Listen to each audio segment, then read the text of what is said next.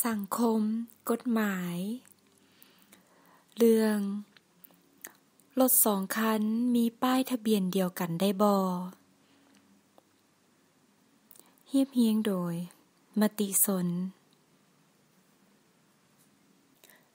วางบ่ดนมานี่ผู้เขียนได้เข้าท้องโลกออนไลน์เห็นว่ามีบางทานโพสต์รูปรถใหญ่2 คันที่ต่างสีต่างหุ่นและต่างยี่ห้อกันโดยการถ่ายรูปออกมาเปรียบเทียบกันแต่เบิ่งทะเบียนหรือเบิ่งป้ายของรถทั้ง2 คันดังกล่าวพัดมีอักษรตัวเดียวกันเลขทะเบียนอันเดียวกันและแขวงเดียวกันดังนั้นเมื่อเบิ่งภาพนั้นแล้วเพื่อนๆ Facebook ก็พากันแสดงความคิดความเห็นต่างๆนานาบางคนในวงเล็บที่ฮู้น้อยก็ว่ารถต่างยี่ห้อสามารถมีป้ายคือกันได้และบางคนในวงเล็บที่ฮู้หลายก็อธิบายรายละเอียดจะแจ้งดีกว่ามีป้ายคือกันบ่ได้เด็ดขาดถึงสิเป็นรถต่างยี่ห้อต่างประเภทก็ตามผู้เขียนขอสมเทียบแบบสั้นๆให้เข้าใจว่าความสำคัญของทะเบียนรถและป้ายรถนั่นมีคือแนวใดป้ายรถก็บ่ต่างหยังกับคนเฮานี่ล่ะที่มีบัตรประจำตัวมีเลขบัตรประจำตัวของแต่ละคนก็จะเป็นเลขเฉพาะหรือทางภาษาอังกฤษเขาเอิ้นว่าเลข ID หรือ Identity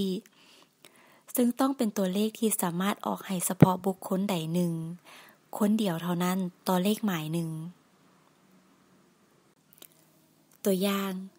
เลขบัตรประจำตัวของท้าวก่อแมน 01-00000123 คนอื่นจะบ่สามารถมาใส่เลขซ้ำกับของท้าวได้ถ้าใส่ซ้ำกันก็ถือว่าผิดระเบียบกฎหมายอีกตัวอย่างหนึ่งเลขบัตรหนังสือผ่านแดน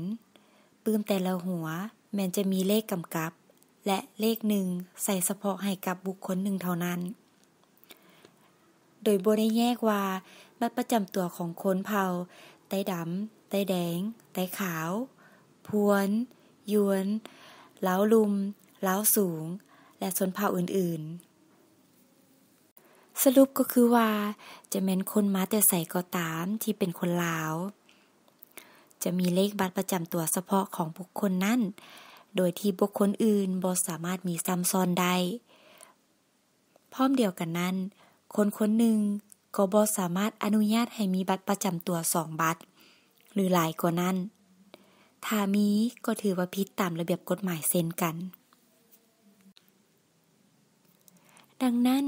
สาเหตุที่ต้องให้เลขดังกล่าวขึ้นทะเบียนให้กับรถคันเดียวนั้นเพราะมันเป็นตัวเลขกำกับเฉพาะของพาหนะคันดังกล่าวและบ่สามารถอนุญาตให้รถคันอื่นๆใส่ป้ายทะเบียนอันเดียวกันถึงจะบ่แม่นรถรุ่นเดียวกันยี่ห้อเดียวกันหรือสีเดียวกันก็ตามถ้ามีก็ถือว่าผิดกฎหมายแน่นอนเพราะว่าอิงตามกฎหมายว่าด้วยอาญาแห่งสปป.ลาวมาตรา161ได้ระบุถึงการปลอมแปลงเอกสารหรือการใช้เอกสารปลอมในนั้นวรรค2ยังได้กล่าวถึงบุคคลผู้ใดหากรู้ว่าแม่นเอกสารปลอมแล้วยังนำออกไปใช้จะถูกตัดอิสรภาพตั้งแต่3 เดือนหา2 ปีและจะถูกปรับไหม 200,000 กีบหา2 ล้านกีบ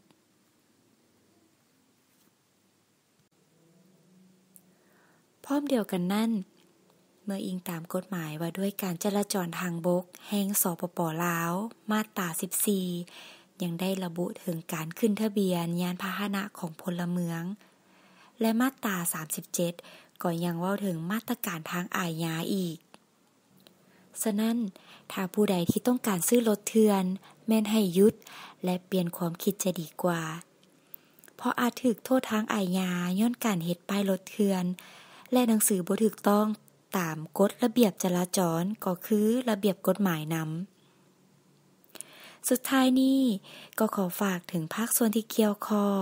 ทางโยธาออกทะเบียนทางตำรวจคุ้มครอง